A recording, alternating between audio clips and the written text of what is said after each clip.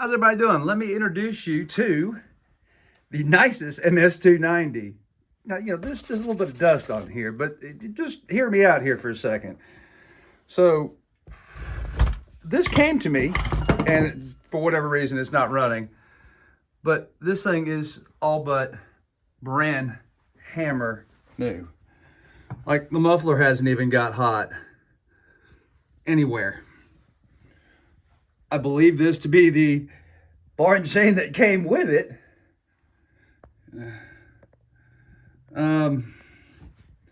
Sticker still present. Let's flip it over on the other side. This is just dirt. There is no scuffs. There's no paint loss. There's no nothing. And this was made in July of 2008. How about them apples? Let's have another look at some completely unused, or to show how little bit of wear. There's not even, there's just the slightest look of any marks from where the chain was riding on here. Zoom you back out. Again, not a scratch anywhere. The spark arrestor screen isn't even, it's still the exact same color it was when it was put in at the factory. Okay, so how did I come into this gem? One of my customers was doing some tree work during the Hurricane Helene cleanup efforts, and for whatever reason, the guy couldn't start it, and he was frustrated, and they were taking care of all of his storm damage, and he just said, "Here, just take it." Anyway, here it is. I did check the fuel in the tank, and it's, that's not, 10-year-old fuel or anything. So somebody put like relatively new fuel in here. Honestly, I can't remember if he said it wouldn't start or just wanted it checked over. I did pressurize the fuel line because that would be something to look at, if it had any gasoline contact for extended period of times. The fuel line still seems to be in good shape, and the carburetor does hold pressure. I do want to take the carburetor off, and let's just take a look at it and see if the diaphragms are still supple enough for me to go out and pull the cord on it. But just stay with me. Okay, I'm going to remind you that I did not use any compressed air. I just took these two screws off. There's not even a crumb. This saw's never been used. It's impossible. Or it got used one time. I see some sawdust on it. I don't know if that's from recent or from whenever, but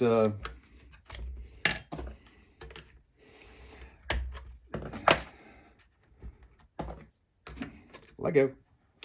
All right, fine.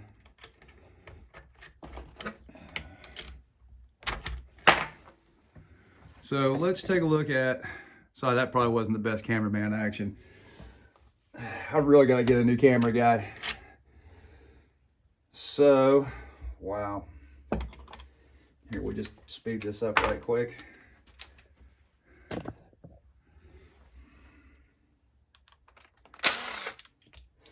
And again, it wouldn't be surprised if this thing needs a kit. So any form of gasoline contact, if there was anything residual.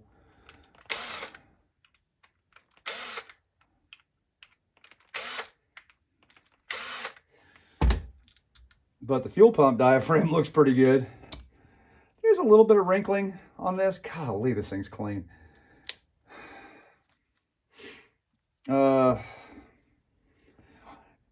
When you see the wrinkling like this, I don't know if you can see that. Get that in the right light. It's still pretty soft. There's really nothing wrong with it. And then to look at this diaphragm, there's a little bit of memory in this. It's very nominal. I don't see any reason why this wouldn't run. I did make sure. when I pushed down on that, I think the needle might have been stuck, and that's why it wouldn't start. Let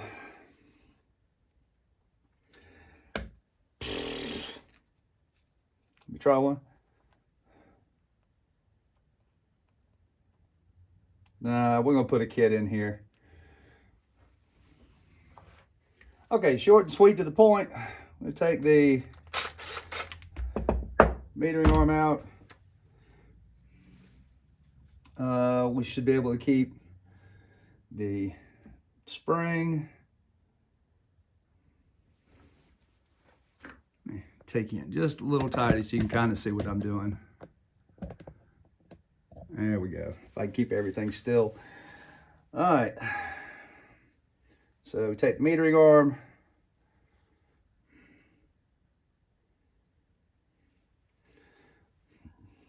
Oh gosh. Too much caffeine in the morning. Okay. You know, there's a little bit of coating on the tip of this, and you should be able to see, I don't know, it doesn't really come off. Just get that protective coating off of there.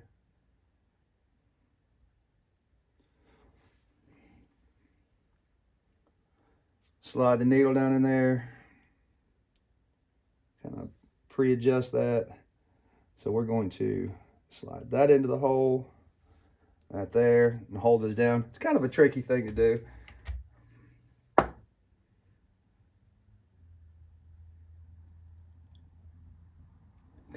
Come on.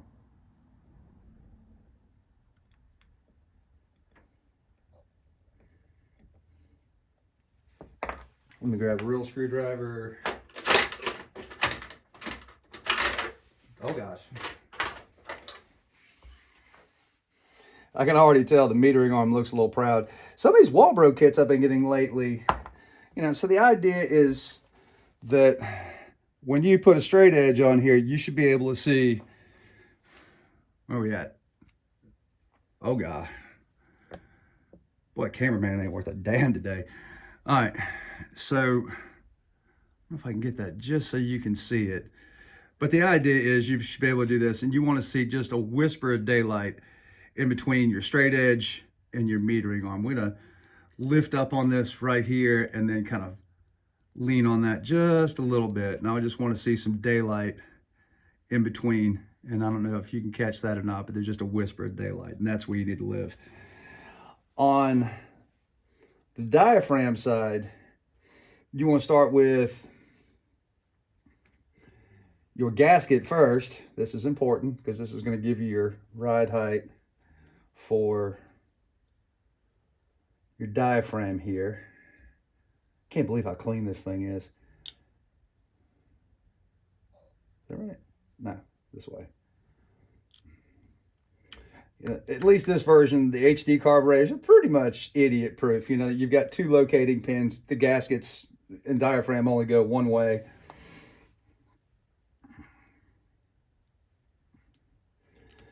And we'll just slide this back together. I'll tighten these up in a minute. I just want to make sure nothing moves. And we'll flip over and we'll do the other side, which is different. That's going to be your pump side, your fuel pump side.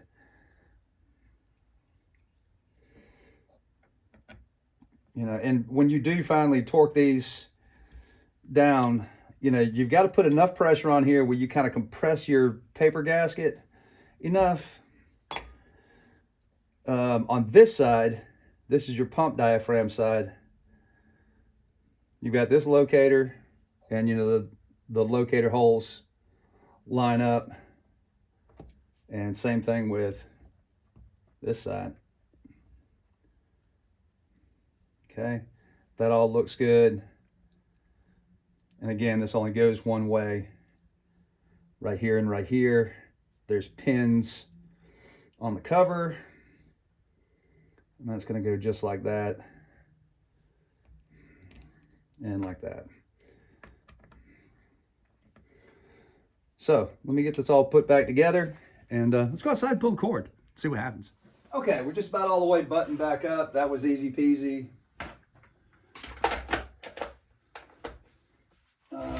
We'll get the bar back on here, and I'm gonna hang it out there and say this bar has probably still got some paint on it. Yeah, I don't know.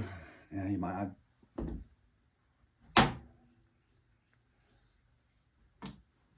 Jeez, this thing's only made like a couple of cuts. That's crazy talk.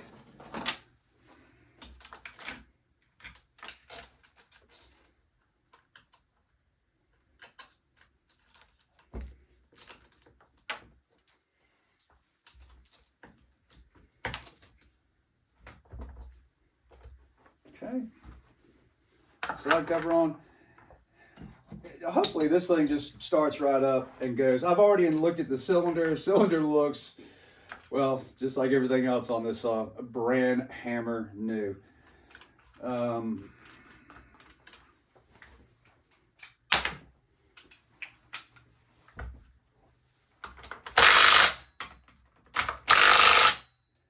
Chain's a wee bit loose.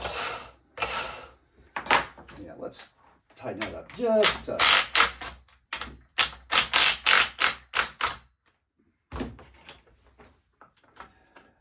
You know, when you tighten or tension down, you know, it's that old adage, you know, not too loose, not too tight, just right.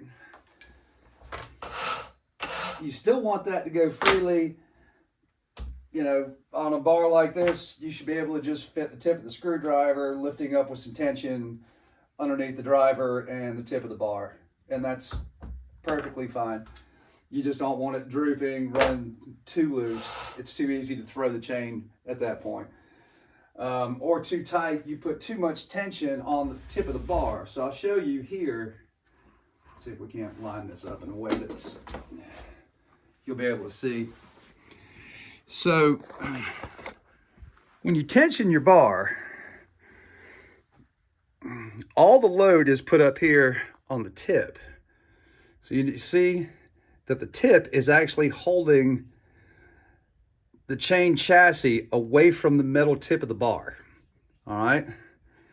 And obviously it's making contact with, you know, the chassis is making contact with the bar here.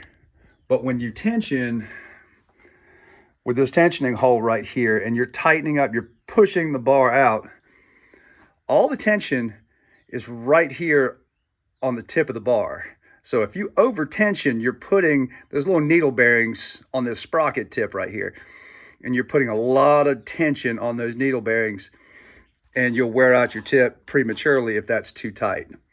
Make sense? Okay, you guys get to see my trashy backyard. It's drizzling rain.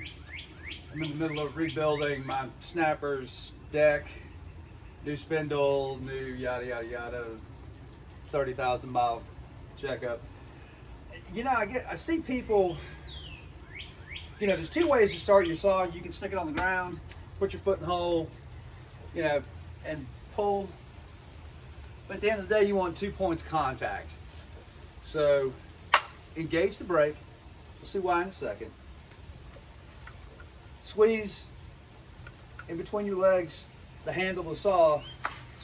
Now this should take like maybe 5 pulls from a dry, empty carburetor to get itself going.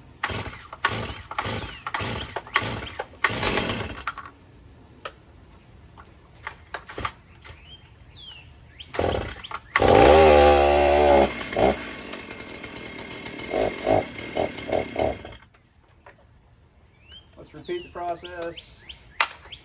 Brake on.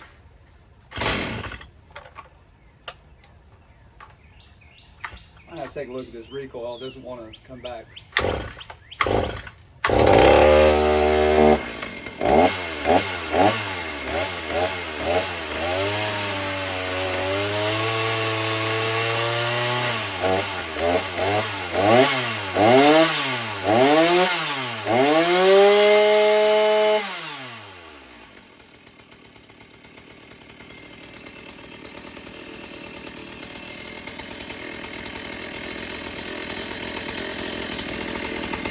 You hear that? It's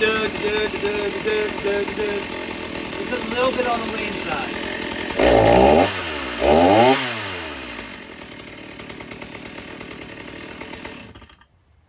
make a small tuning adjustment. Let's take a look at this recoil, and that way I can just kind of show you a little bit of that. See why this cord doesn't want to retract.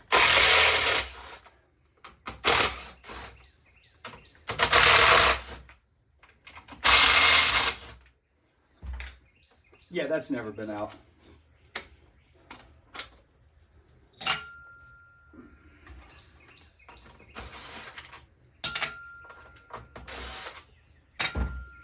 Okay, lift up, slide out. Whew, that's clean. Oh my goodness. It's like working on a brand hammer new saw. Here, let me take you in.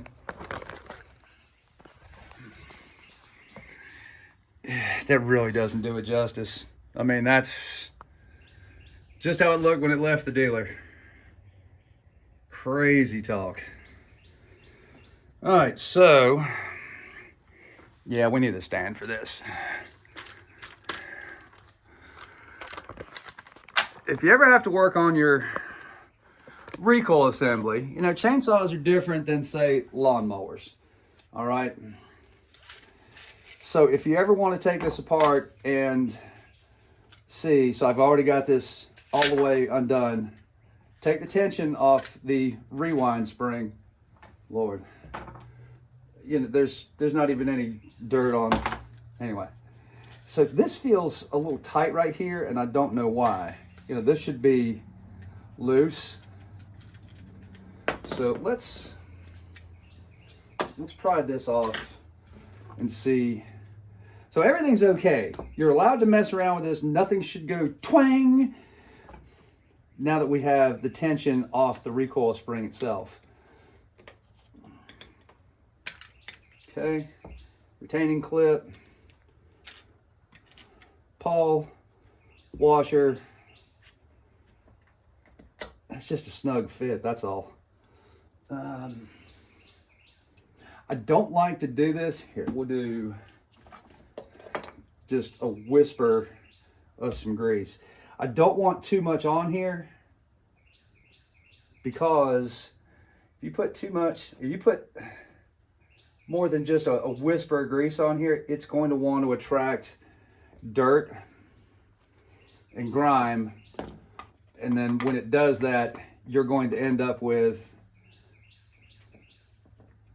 boy, that thing's awful tight.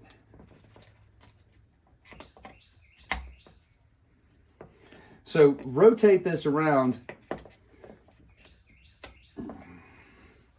You see how right here, there's a little coiled up end, and that applies to right there. So that's where it gets caught.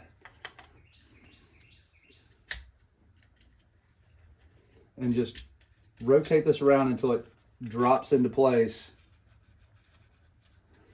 I think that should be a little freer. I'm gonna okay, great. I get to show you how to put this back in now.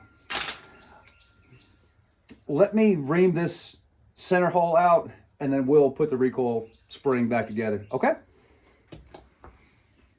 Okay, so what I've done is I've reamed this out. I just wrapped some sandpaper, fine sandpaper around a mandrel, rolled it up, and then just ran the drill in there nice and gently.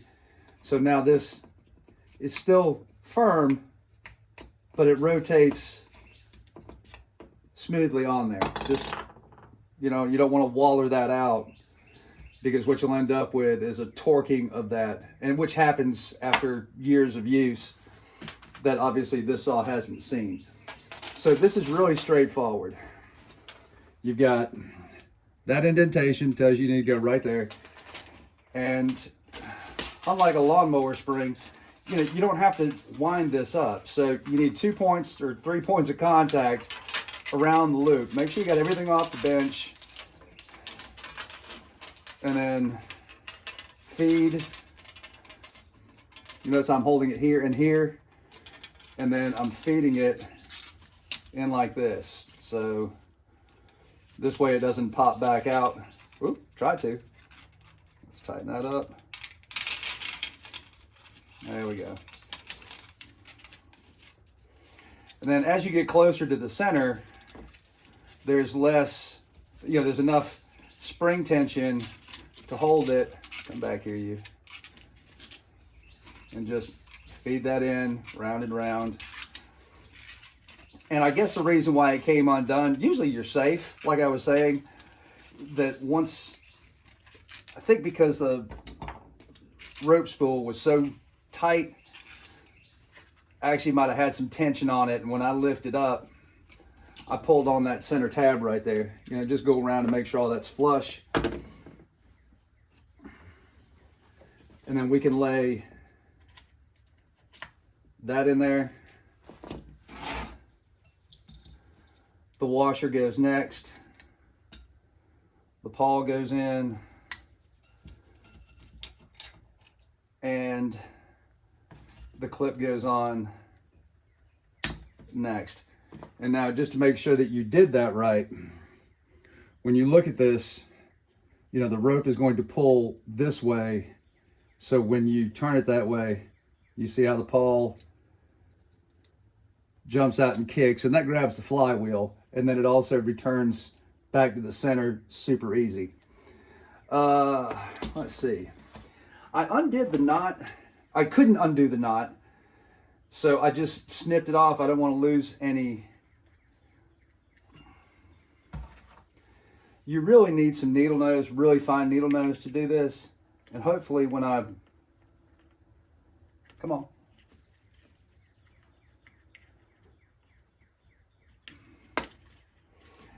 You know, you can't get, you know, when I burn the end of this, hopefully, let me see if I can't do this without having to trim it again. So rotate that. This is where you can see, oh gosh, come on. There we go. Push in like this. Rope pops out. Just a single overhand knot. You don't want a whole lot of tag at the end. So, you know, cinch that up. Give yourself a little bit of room. And do that. When you put this back in, you want to rotate the rope in such a way where the tag goes in the hole. All right, and with the right size rope, you won't have this, you know, it'll push down on this.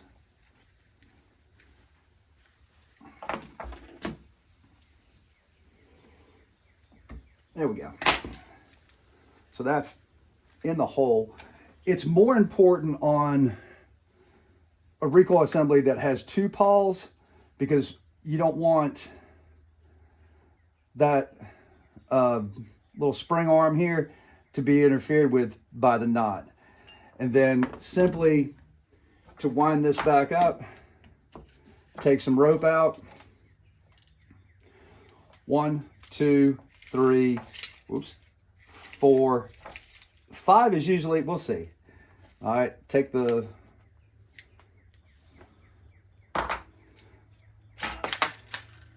okay. And now finally, just to make sure that we have the proper amount of spring tension on this, I bring this all the way out.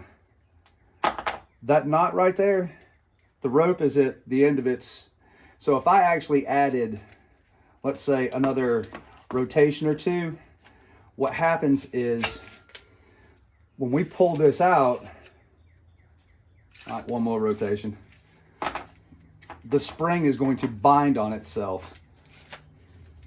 So all the way out, and now see here, you never ever want to see that, because it means the rope's all the way, there's still a half a roll or half a wrap of rope on here. So if you get all the way to the end on your, you know, pull and the pull start out, what you'll end up with is the spring itself is bound up on itself. So let's gently undo that. We'll take all the memory out of that, and then just one more time. 1, 2, 3, 4, 5. Take the twist out of the rope all the way, and that should retract. Snaps back really nice, and the rope extends fully without binding the recoil spring. All right, I made a small carburetor adjustment while we were in there. I opened up the low side jet. The low side jet is the one closest to the cylinder. The high side jet is one closest. So that low side idle, you heard that duh. Let's start this up again. And again, put the brake on, it's perfectly fine. 2 points contact. Move it up one.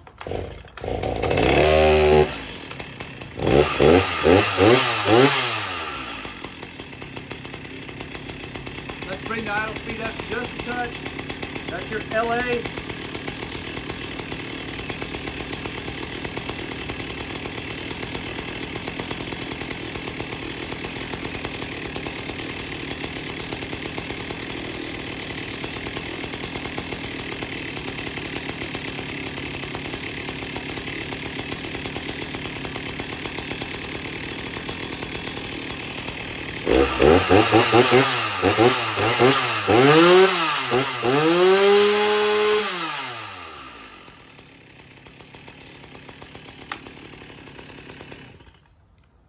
Okay, and the reason why I tell you that you need to be mindful when you're starting, especially with these older versions of saws that have the fast idle.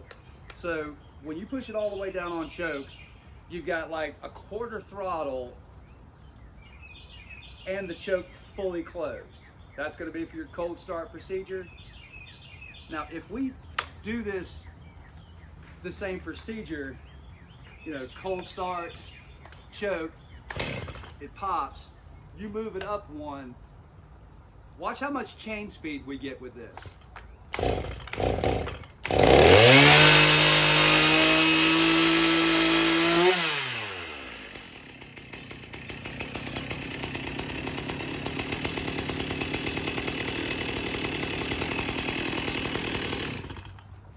If you're wailing around, you don't want that much chain speed. Look, if this will cut wood, it doesn't care about closed skin and bone, and most of y'all don't wear chaps. So you just be mindful, when you pull that, I mean, it's off to the races instantly. You've got all that chain speed just dying to tear you a new one. So when you do start it with the brake on,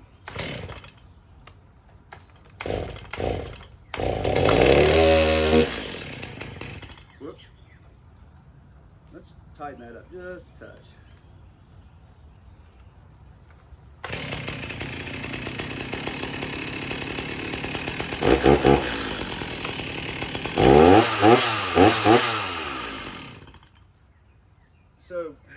So you follow me? You're going to be riding the chain brake at that fast idle speed.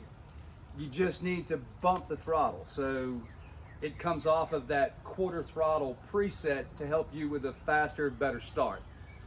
That's all the safety first I got for today. Let's go inside and wrap this up. Okay, gave her a quick bath.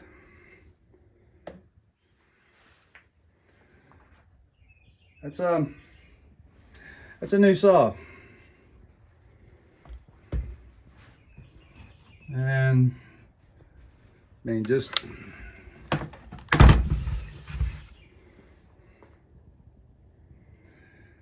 I hope the video gives us justice. That is as new.